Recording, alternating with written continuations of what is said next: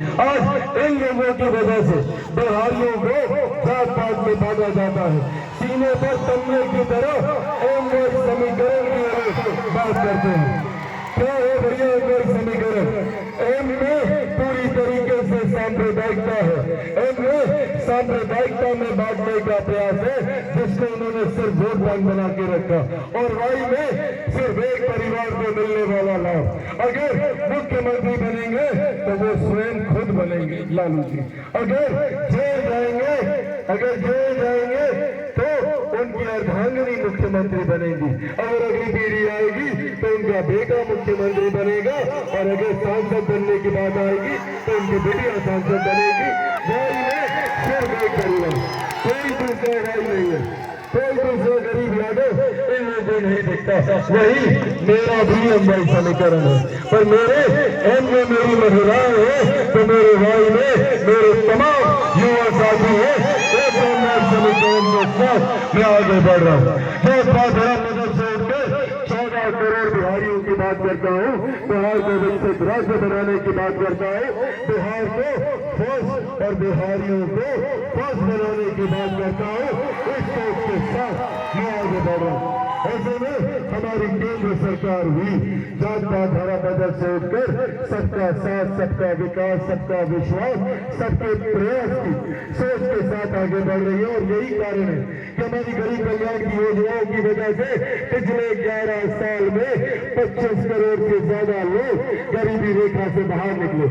आज भी एक बड़ी आबादी बिहार में दहलीज पर है गरीबी रेखा से बाहर निकलने के लिए। हमारी सरकारों की योजना भले वो महिला को सम्मान देने के लिए शौचालय निर्माण की बात हो, या उज्ज्वला के माध्यम से आपके स्वास्थ्य की चिंता करना हो, या कोई गरीब व्यक्ति आर्थिक दबाव में इलाज से वंचित न रह जाए, आयुष्मान के माध्यम से 5-5 लाख रुपए का मुफ्त इलाज कराना हो, या फिर प्रधानमंत्री गरीब जन कल्याण अन्न योजना के तहत जिसका श्रेय में मेरे नेता, मेरे पिता आदरणीय रामविलास पासवान जी को भी दूंगा कि आज उनकी वजह से देश में 80 करोड़ लोग मुफ्त में उनको अनाज दिया जा रहा है।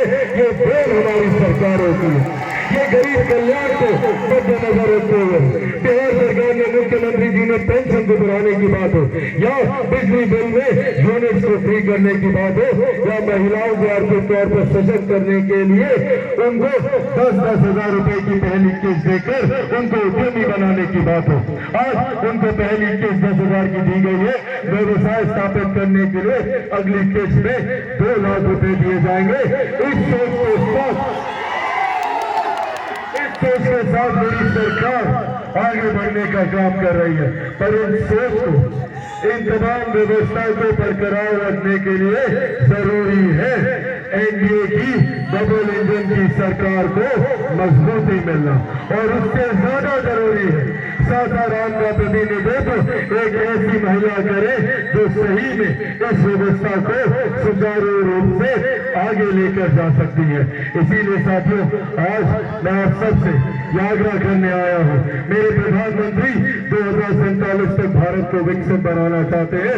भारत विकसित तब होगा जब मेरा बिहार विकसित होगा, बिहार का हर एक जिला विकसित होगा, बिहार की हर एक विधानसभा विकसित होगी, जब सासाराम विकसित होगा, यहाँ का हर एक प्रखंड, हर एक पंचायत, हर एक गांव, हर एक घर, हर एक परिवार और संभवतः हर एक व्यक्ति जो विकसित होगा, तब जाकर 2047 में मेरा देश एक विकसित देश बनेगा। इसीलिए साथियों, आज अंत में बस आप सबसे यह आग्रह करने आया हूँ, ये मेरा परिवार है, ये मेरे अपने, मेरे नेता आदरणीय रामविलास पासवान जी के जितने समर्थक हैं, अगर सही मायनों में